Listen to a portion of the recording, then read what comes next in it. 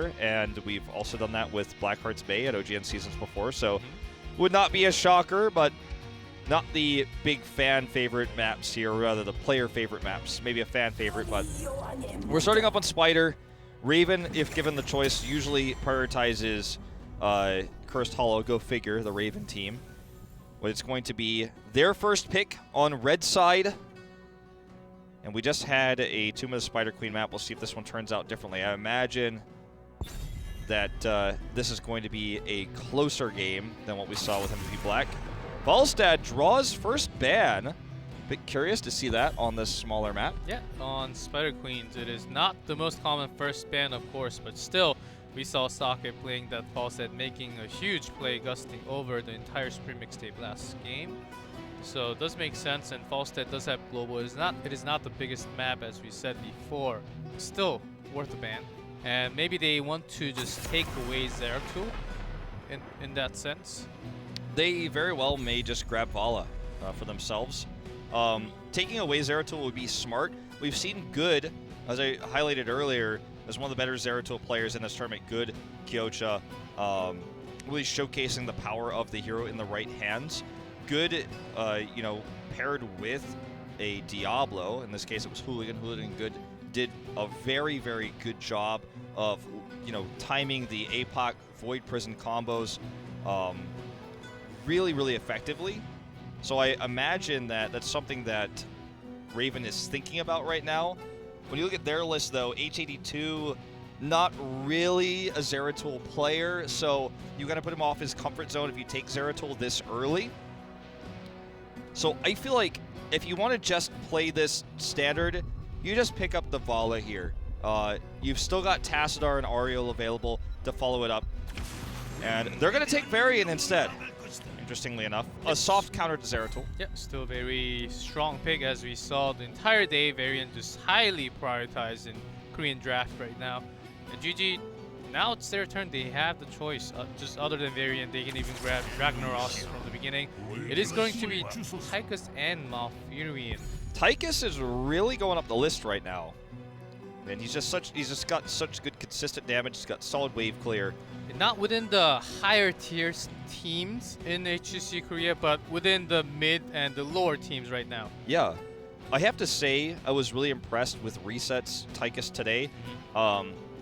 He made Li Ming look like a bad pick just because he was dodging skill shots repeatedly with his run and gun.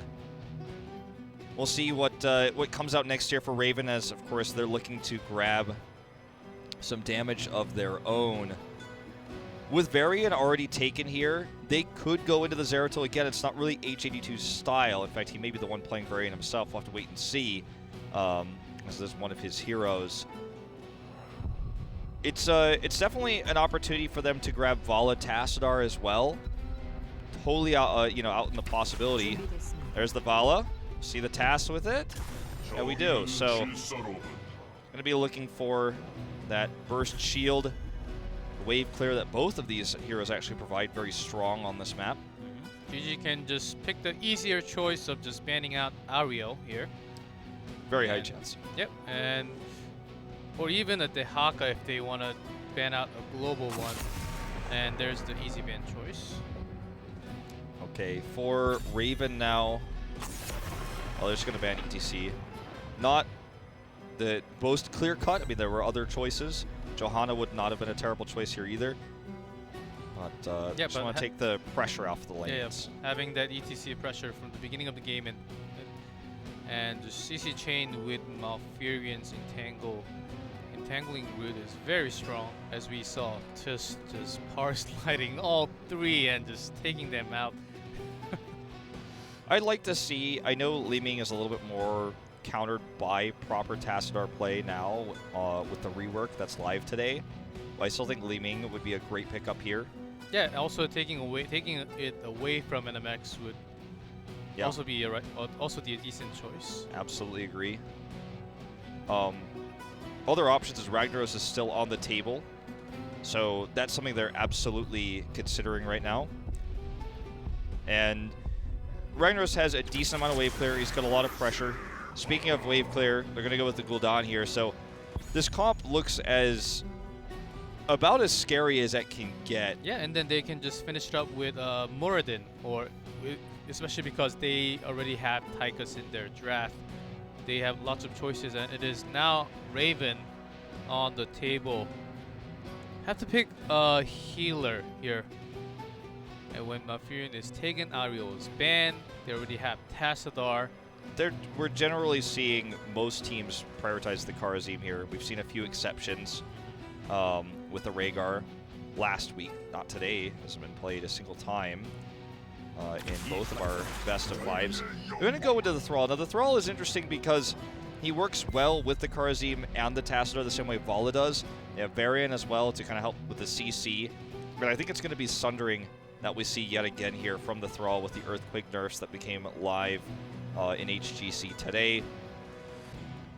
And for the final pick here, honestly, Johanna seems really nice. Super strong wave clear. If they have Johanna, they have an insane amount of wave clear, and they could just push the lanes, roam, and kind of do what Black did on a different type of scale. So I think both Johanna and Muradin are really good choices here. I'm leaning towards the Johanna. They are going to take the Muradin. And he can obviously, he has a little bit more mobility. Yeah, solid draft from both sides. I think it literally just comes down to whoever plays better, and where they fight is actually going to matter a lot here, I feel like. I'm leaning a little bit towards GG. They've got a lot of wave clear, they have a lot of poke, and they have Ragnaros and Malfurion. That's all I really have to say. I think the draft of Raven, though, as you said, is strong. The best team will win. Going on to this first map, Tomb of the Spider Queen for our final best of 5 on Friday Night Heroes here at HGC Korea.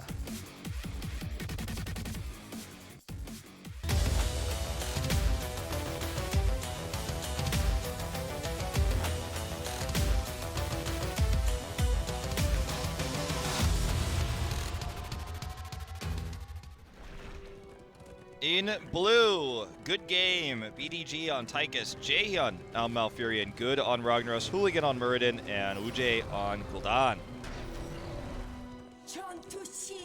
In red, Raven Joju on Kharazim Hamlin on Vala, NMX on Tassadar, Theon on Varian, and H82 on Thrall. So, H82 on the Thrall, one of his favorites. That Illidan and the Ragnaros. We have seen him play Varian as well in that when the situation calls for it, but we watch him in the top lane. He usually wins the lane really hard, but sometimes he gets punished because he's pushing the lane so hard, trying to get structural damage done that he gets ganked. Speaking of H82 here, he gets very low, and it's going to be a 1-for-1 trade. Can they get a second? Hooligan is slowed here by NMX. And NMX also tried to do some more damage, but just shifts away. Both team just taking 1-1. Not much, but this is actually a little bit more significant as they had to. He was coming down to get some EXP from the bot lane. Looks like they're gonna miss a tiny bit of it. Yep. Top lane should get cleared with no EXP missed. Frag going up there right away. So just a slight EXP lead right now for good game with that extra kill. I've always wondered, why does both teams always go into the middle lane at the beginning of the game and fight just to see who is stronger at the time? Honestly, I think it's something that we're going to see fade away. If you look at the top teams in Korea right now, you notice they usually just go and push a wall. Especially when they have Sylvanas or something. Yeah, or Zarya, or basically anything that is strong for that. So I think this is going to be something that fades away in the future. If you look at other games of a similar genre in esports in Korea, as good's going to get picked off here in the top lane. If you look at other games like this, you don't just see everyone rush down mid, have a fight, and then go to lanes once the minions spawn. I think that that's a dying thing. It's already kind of dead in terms of the top teams in Korea. I think it's also one of the traditions of Heroes, I guess. It's always been fun having some trade-off in the beginning of the game. Look, some comps are just straight up better in the early game than others. Yeah, that's true.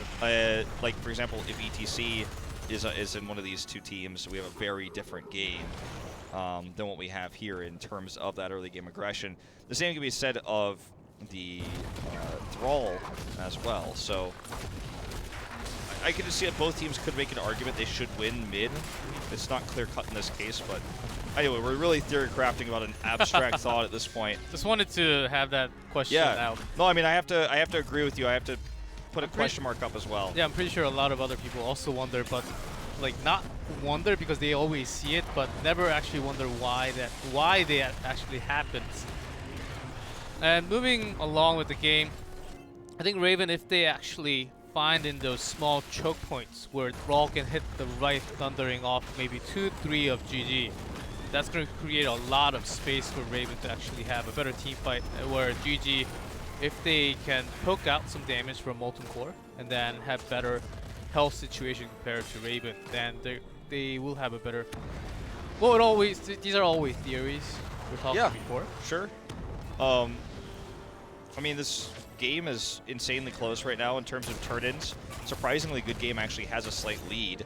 Joju has been super aggressive this entire game, though, with his Iron Fist build that he's chosen.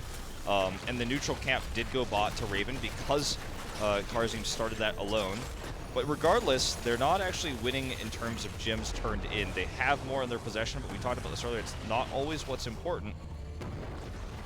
It is also partially because Good was having some gems on himself and dying in the beginning of the game.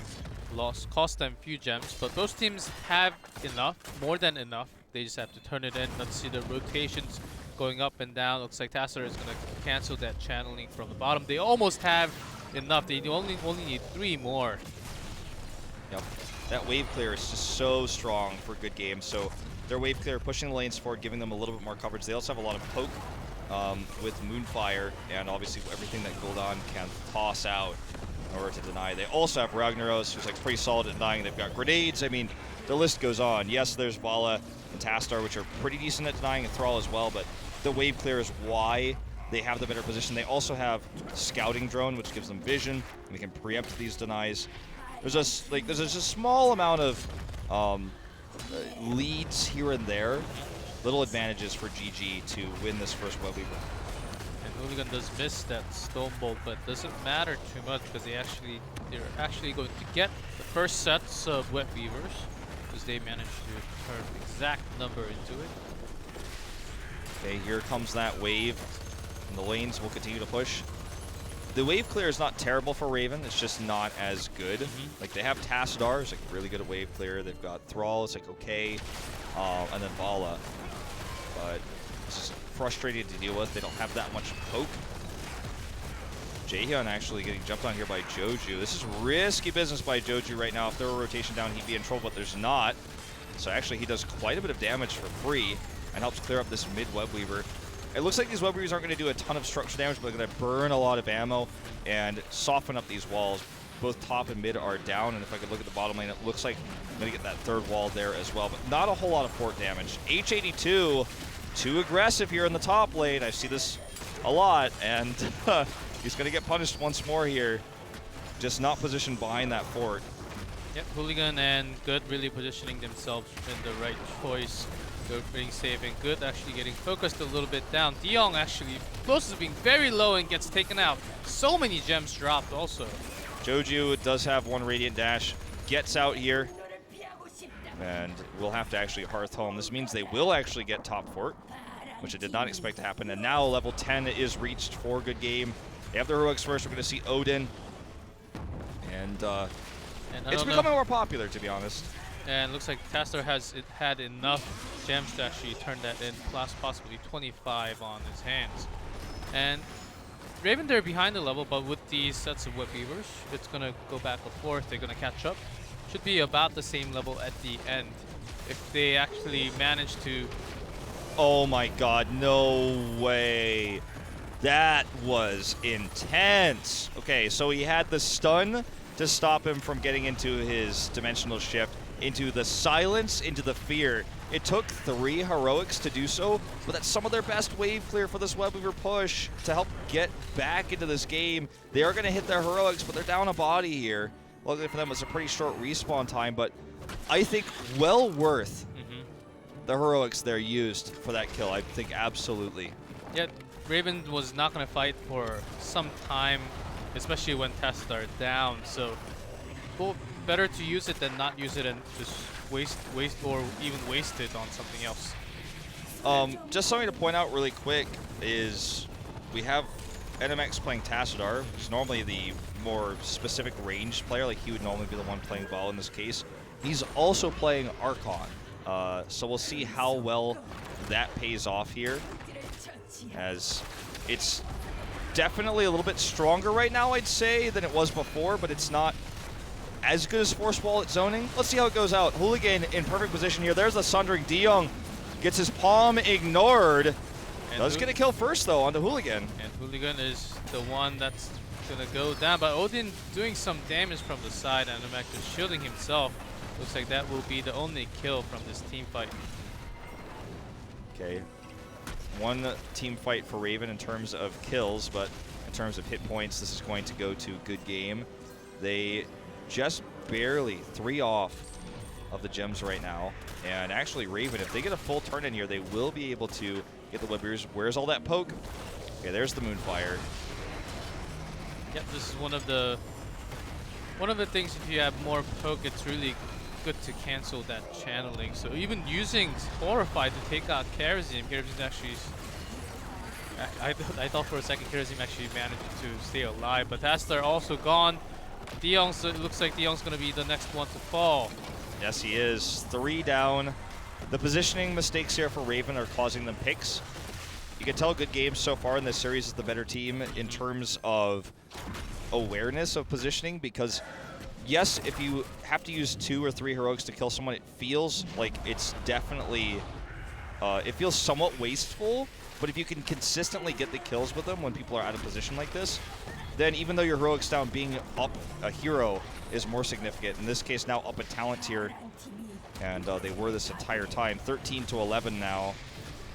Heroes cannot be caught like this with all the CC that GG has, especially the Stormbolt, the Horrify, Twilight Dream. You get caught with 2 of those basically alone, and you're going to die if the rest of the team is there for the follow-up. Yeah, Hooligan into that right position of coming around from the side, just flanking, and De-Jong actually goes around it pretty decently there. All right, good here. Actually goes ahead and uses Molten Core. They're going to get the kill with it onto Varian. 14 to 12 now. Still looking for that level 13 is Raven, but Webweavers are against them. This keep wall is going to go down. The Webweaver in mid, still over half health, and don't forget the bottom one is pushing with more than half health as well. They may get 16 off of this turn in. They're going to get this healing fountain, and Rag is pushing bot. This is looking pretty bad for Raven G-Clef. Yep, Raven really needs to, they can't wait, and they kind of have to wait for 13 to hit the same talent, and it looks like Tychus is taunted for the moment, but silenced right away. Great job, Jaehyun, on that team fight. And then Thundering to connect, but not really. Actually, Tychus actually blows up right there. Well, the Horrify here is decent, but they're down a body now, and that Sundering really turned things around. Really well done by HGC. Looks like Ujay is going to fall. He's going to be the next one, or will he? Yes, he will eventually. Good being very aggressive here. They're buying a lot of time, Good Game is, for this bottom Webweaver to damage the keep, because they don't secure the kill. I don't know if it's worth it. Raven now still a talent here behind. The 16 is reached, but a good fight for them nonetheless. That ended up being much better than it could have been. They might have lost a keep. And Good Game is just going to lick their wounds, take this bruiser camp. Had Raven tried to capitalize on this immediately, they may have tried to boss. It's such a tough call to make, though, when you're down a talent tier like that with short respawn timers. Yep, and they, of course, managed to turn in is enough for the second set of Webweavers for them.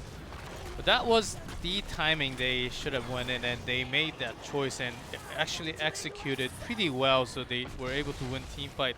And Hamlin, you gotta be careful when you cart back home. If you get caught, you're dead. Yep, you're dead. Well, this Webweaver for Raven, Webweavers I should say, you spawn 3 of them, you know. Shouldn't be very effective because they're down a talent tier. All their waves are pushed. This Webweaver set is essentially just clearing their lanes, but also doing so kind of far away, so Raven isn't even getting the EXP on all 3 of them. In fact, only getting EXP in 1 lane of the 3 for a lot of gems, so they're not going to hit 16 off of this. And GG is just happy to clear these and set up saying, okay, you wasted about 60 gems. I'll take that. It wasn't a bad move by Raven, but they just couldn't find any value from it. Yeah, and now this keep is exposed. Yeah, they were just pushed way too far back. And Good is actually going to use Molten Core. It looks like they're going to go for this keep, as the keep's HP is almost 1/4 left only. DeYoung's trying to stall some time in the front line. He has his banner coming up here, not level 16 just yet. That's only PTR. So at least he's got that going for him, because that is pretty strong. It's going to help them defend this, but the keep goes down. They don't lose anybody, but it's frustrating. The top Webweaver gets a fort, which gives them a little bit of EXP, but remember, they basically lost several waves of EXP while that was happening because they had to stay and defend, which means they're not getting 16. Their bot keep is down to half health. They lost the well there. This Bruiser camp should relieve some of that pressure, and finally they have 16, so they're going to try to look for a fight here, even on talent tiers. Yeah, both teams does not have enough gems to turn in, and actually DeYoung gets caught so low, even horrified. But Palm, perfect Palm to save him, but he does end up blowing at the end. Yeah, it doesn't look like it's going to matter. The Palm so perfectly timed, but he just didn't have anything to do to escape afterwards. And the several low health members of Raven will escape for the time being, but GG almost has enough for another turn-in. They're trying to push level 20 here. They might just go take the neutral siege camp to help secure this turn-in, as they're all kind of rotating down this location. Just 2 off right now, and Raven turtling back, trying to keep the lanes not too pushed in, trying to just soak EXP. They know that they're likely going to have to give away a turn-in, but I feel like they should try to fight for it instead of just simply letting it go, because it's maybe one of the last fights they have on even talent tiers.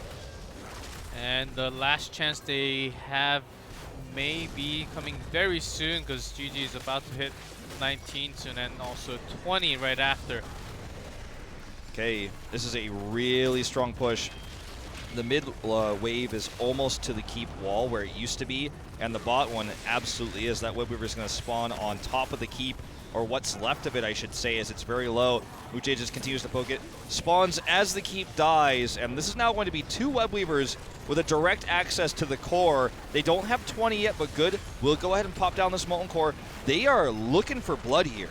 Yep, they're Good is poking some damage as he went into the Molten Core form.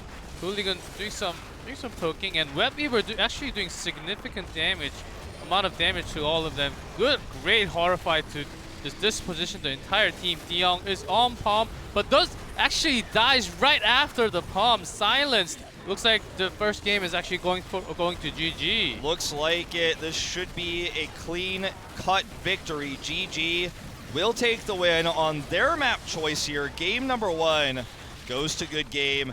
Nice attempt here to hold by Raven, but it's not enough. And we've seen tonight some really nice palms and some good palm ignorers. That last one especially was pretty impressive. They put that last bit of chunk of damage right after the palm just ended. There was it almost looked like it connected, but it did not. What a well played by GG. I think my MVP for that game has to be Good. Again, I think he's just playing